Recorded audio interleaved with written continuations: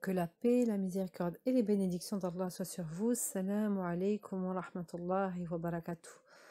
Depuis tout temps, il y a eu des personnes qui ont essayé d'acheter d'autres personnes en essayant de les corrompre, en essayant de leur donner des pots de vin pour arriver à leur fin.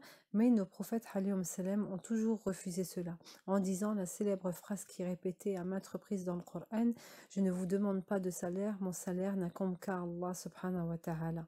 On le voit avec Suleyman alayhi salam. Lorsque Balqis va essayer de l'acheter, en lui envoyant des présents, il va refuser, et en lui renvoyant ses présents en disant que ce que Allah lui donne est bien meilleur.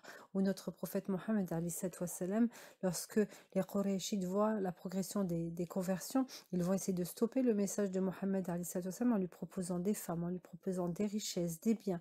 Mais notre prophète va leur répondre que même s'il leur donnait le soleil dans la main droite, la lune dans la main gauche, ils refuseraient et ils continueraient d'obéir à Allah azza wa jal. Ils ont tenu, ils n'ont pas voulu les biens de ce monde-là pour avoir les biens de l'au-delà et pour l'éternité. On a justement deux tableaux que nous voyons dans les hadiths. On a Omar ibn al-Khattab qui va arriver chez notre prophète Mohammed alayhi salam, et il va le voir allongé, et lorsqu'il va se tourner, il est en train de dormir, il va voir des traces sur le flanc de notre prophète Mohammed alayhi salam, et il va pleurer. Et lorsque notre prophète va se réveiller, il va voir Omar en train de pleurer, et il va lui demander pourquoi il pleure. Et Omar va lui dire: toi tu es le prophète de Dieu, et tu es allongé sur un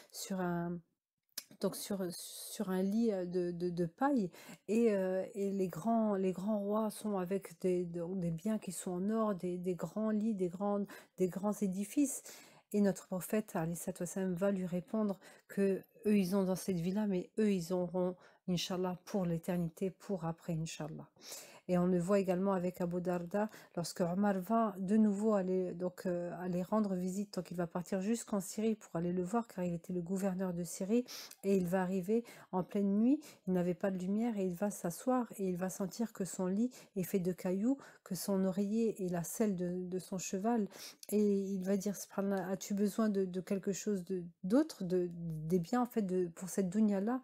Et Abu Darda va dire que, et en se rappelant ce que notre prophète Mohammed alayhi salam disait, c'est que nous devons prendre la provision de la cavalerie, nous sommes en chemin et nous devons continuer pour avoir dans l'au-delà.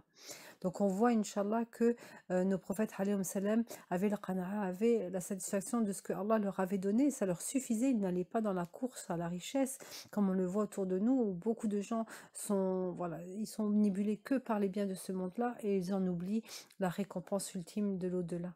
Donc on va méditer, arriver au juste milieu, Inch'Allah, pour essayer de prendre un petit peu dans le dunya, et Inch'Allah avoir le reste dans l'au-delà, et ce qui est bien meilleur et pour l'éternité. Allahumma a'ini ala dhikrika wa shukrika wa husni ibadatik, qu'Allah nous aide à se rapprocher de lui, à le remercier et à l'adorer de la meilleure des manières. Amin ya rabbil alamin.